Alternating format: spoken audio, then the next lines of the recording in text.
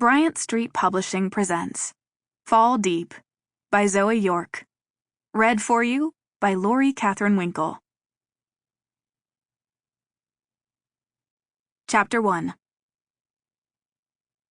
3 shifts into working at the Green Hedgehog, Piper Harrington had accepted this first leg of her European backpacking trip wasn't going to be the easy working vacation she had planned.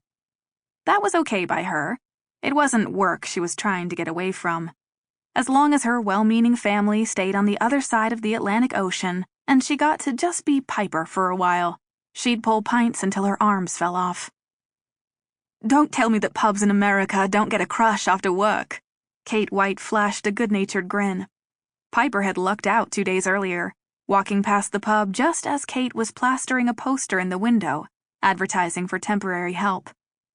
Happy hour is more about half-priced potato skins than anything else. Don't worry, I'm not complaining.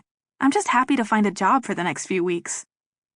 Piper took one last swipe at the bar with her towel and grabbed a seat next to Kate and her plate of French fries. A few patrons remained, obviously regulars, and more would join them as the evening progressed, so the break was much appreciated. "Tell me more about San Diego.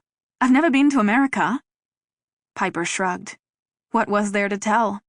Her hometown was the best place in the world, but the last place she wanted to be. She couldn't understand it herself, so explaining it to a brand new boss seemed like a bad idea. And that wasn't really the question Kate had asked anyway. "It's nice, clean for a big city, sun and surf, right? And overachieving parents and siblings and pressure." Needing a break from that drama was part of why she finally applied for a work visa. "I've lived there almost my entire life, so this trip is a big deal." "Okay, that didn't sound neurotic. Good." She munched on a fry instead of saying any more. Best to quit while ahead. Kate tilted her head, as if debating whether or not to ask more.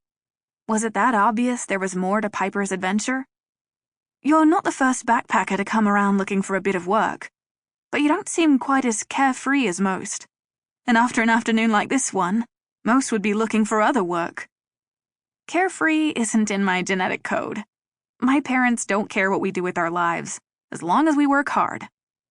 "But yet you're backpacking across Europe." "I worked hard to plan and save for this trip. My parents are hoping I'll find inspiration for a career.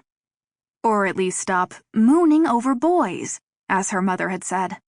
That still stung. "I guess I am too." She waited for Kate to probe further. Not that she... Sample complete. Ready to continue?